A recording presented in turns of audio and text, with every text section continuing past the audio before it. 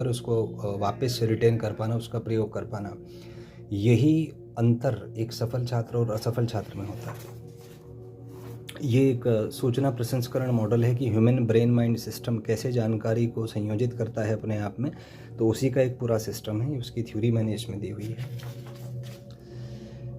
Chapter 2 से start करेंगे, सक्रिय सीखने की अवस्था। तो सामान्यतः कोई छात्र है, उसका मन कई प्रकार के विचारों में उलझा होता है, अंदर से वह शांत नहीं होता, तो वह सीखने की अवस्था में नहीं है। इसी को हम यदि ह्यूमन ब्रेन वेव्स की टर्म में बात करें तो 5 तरीके से उसको बांटा जा सकता है: delta, theta, alpha, beta and gamma.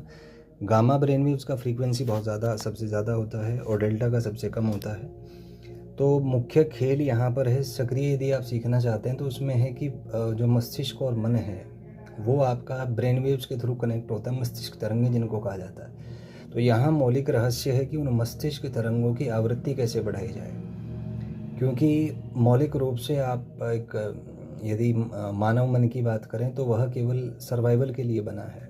वह चाहता है कि मैं बस खाना पीना खाऊं और प्रजनन करूं, चौथा कोई काम करना नहीं चाहता, क्योंकि फ्रीक्वेंसीज़ कम है। तो पहला कार्य है, सीखने के लिए आपको फ्रीक्वेंसीज़ को बढ़ाना पड़ता है, और फ्रीक्वेंसीज़ बढ़ाना अत्यंत कष्टदायक कार्य, क्योंकि ऊर्जा का प्रयोग होता है। तो सारा रहस्य यहाँ पर फ्रीक्वेंसी बढ़ाने के लिए है। तो ये थोड़े से लर्निंग के आउटकम्स हैं कि सबसे ज़्यादा आप करके सीखते हैं। जब आप कोई काम करते हैं तो उसी में आप सबसे ज़्यादा सीखते हैं।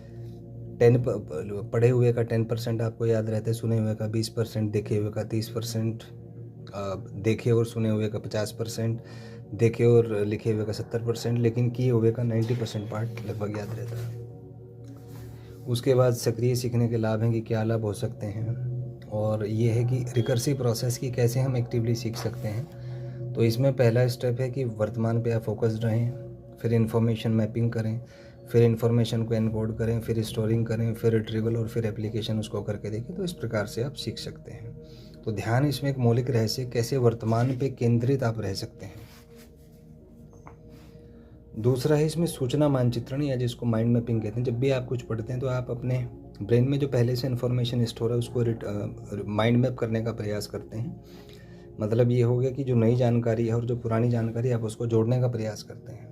यह 2 स्टेप इसमें दिखाए गए हैं। अब आप ऐसे सोचें कि ये जो जानकारी आपको पहले से आती है रैंडम है, और नई जानकारी जब आप इसको ढूंढते हैं तो ये जटिल कार्य है। तो यही कार्य आपको सीखना होता है माइंड पैटर्न्स के थ्रू। तीसरे मॉडल पे बात करूँगा, सूचना प्रसंस्करण मॉडल। जैसे कि मैंने पहले बताया था, एटकिंसन और शिफ्रिन ने बनाया था कि कैसे ह्यूमन माइंड ब्रेन में, मन मस्तिष्क तंत्र में सूचना कैसे संग्रहित होती है। तो उसका एक मॉडल था, इसके बारे में मैंने दिया हुआ है। इसके